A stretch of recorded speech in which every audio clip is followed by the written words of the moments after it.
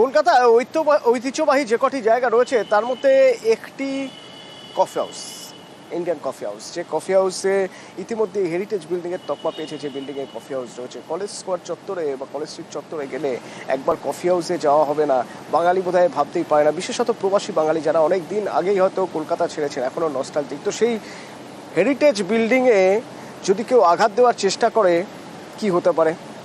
এলাকার মানুষ রীতিমতো রেগে গিয়েছেন, এমনকি যারা বই বিক্রি করেন তারাও রীতিমতো রেগে গিয়েছেন। শুনুন একবার কি বলছেন তারা। আগরওয়াল তিনি তো বলছেন যে এই বাড়ির প্রোপাইটার নাকি, সেটা আমরা জানবো কি করে? আমরা তো নর্মাল লোক, দিন আনি দিন খাই, আমরা জানবো কি করে? এই রবিবার থেকেই কাজ করছিল। পুলিশ এসেছিল, এখানকার সব ব্যবসায়ীরাই 100 নম্বরে ডায়াল করে বলতে লালবাজার এসেছিল, লোকাল থানাও এসেছিল। তারপর দেখার পর তো আপাতত কাজ বন্ধ আছে। এখন এরপরে কি স্টেপ নেয় না, আমরা চাইছি এইরকম বাড়ি তো বাড়ি পড়ে যাবে তো বাড়ি। একটা হেরিটেজ বিল্ডিং সে যদি ভেঙে পড়ে, তার পিলার যদি কেটে দেওয়া হয়, স্বাভাবিক আমাদের ভয় রয়েছে। এবং আমরা এখানে 52 জন হকার আছে এই লাইনে। এই লাইনের দায়িত্বে আমি আছি, এই লাইনটা আমি দেখি এবং আমার সাথে সবাই সহযোগিতা করে। রবিবার দিন যখন এখানে লাইন সব বন্ধ ছিল তখন এসে এইসব কাজ করেছে।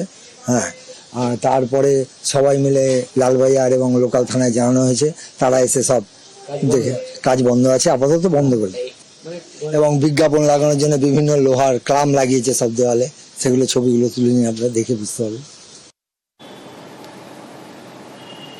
হেরিটেজ বিল্ডিং ভেঙে পড়তে পারে এইরকম পরিস্থিতি তৈরি হয়ে গিয়েছিল বা তৈরি করা হয়েছিল কিভাবে, কে?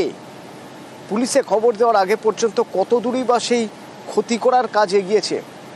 বিশ্বজিৎ রয়েছে সরাসরি আমার সঙ্গে, বলতে পারবেন। বিশ্বজিৎ, এলাকায় মানুষ, দোকানদের মালিক যারা রয়েছেন, যারা ব্যবসাদার রয়েছেন, তারা বলছেন যে পিলার ভেঙে গিয়ে বিল্ডিংটি ভেঙে পড়তে পারতো, এমন কি ঘটনা ঘটানো হলো? কে করলো?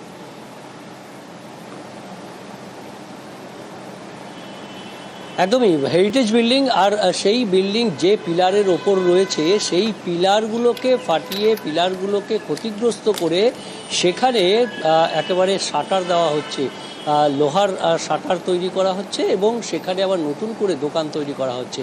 অর্থাৎ যে পিলারের ওপর এই হেরিটেজ ভবনটি আছে, কফি হাউস, সেই ভবনটির নিচের দিকের অংশে কার্যত খুবলে নেওয়া হয়েছে। একদম বাংলা ভাষায় বললে যাকে বলা হয় খুবলে নেওয়া হয়েছে। আমরা ছবিতে একটি শাটার এর ভেতরে কি অবস্থা রয়েছে সেটি আমরা দেখিয়েছিলাম। কাজেই এই যে নিউজ 18 বাংলা দর্শকরা দেখছেন, দেখলেই বুঝতে পারবেন যে শাটার তো ওপরে লাগানো হয়েছে, কিন্তু ভেতরটা কি অবস্থা রয়েছে। সেই পিলারগুলোকে কার্যত খুবলে একটু জায়গা করা হয়েছে এবং সেই জায়গাগুলোকে ভবিষ্যতে অন্য রকমভাবে এই দোকানগুলো ব্যবহার করা হবে। অর্থাৎ মুনাফা করার জন্য হেরিটেজকে ধ্বংস করা হচ্ছে। আর এই খবর পুরসভা জানতো না, পুলিশ জানতো না। 100 নম্বর ডায়াল করে স্থানীয় যাদের বক্তব্য আমরা শুনলাম তাদের মধ্যেই থেকেই 100 নম্বর ডায়াল করে খবর দেওয়া হয়েছিল।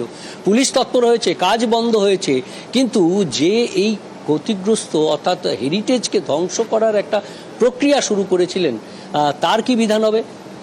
সেই দিকেই এখন তাকিয়ে আছেন যারা অভিযোগ করেছেন যে এই রকম ক্ষতিগ্রস্ত, এইরকম ভাবে একটা হেরিটেজকে ধ্বংস করার অভিযুক্ত যার বিরুদ্ধে অভিযোগ, সে তিনি বা তার পরিবার, তারা কি অভিযোগ মেনে নিচ্ছেন? তার ছেলে কি বলছেন একবার শোনা যাক।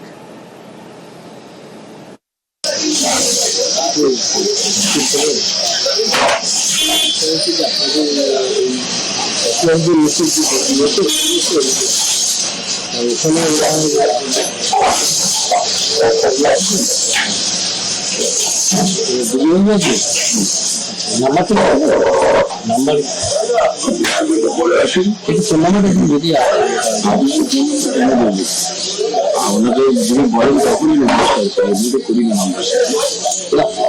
ওরা একটা অভিযোগ হচ্ছে সেই ঘন্টার মধ্যেই বলছে পুরসভা কমপ্লেন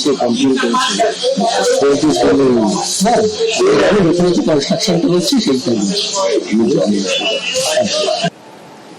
বিশ্বজিৎ, উত্তর কলকাতা সম্পর্কে বা কলেজ স্কোয়ার, বিধানসভা চত্বর সম্পর্কে বলা হয় যে সেখানে রাস্তার উপরে বা রাস্তার পাশে ফুটপাতে কোনো ঘটনা ঘটলে অন্তত 100 জোড়া চোখ নজরে রাখে সেই ঘটনায়। এক্ষেত্রে ব্যবসায়ীরা, এলাকার মানুষ তারা দেখতে পেলেন, অথচ এই এত মানে এরকম একটা হেরিটেজ বিল্ডিং সেটা প্রায় ভেঙে ফেলার জোগাড় হয়েছিল, তার পিলারটা ভেঙে, সেটা কারো চোখে পড়লো না।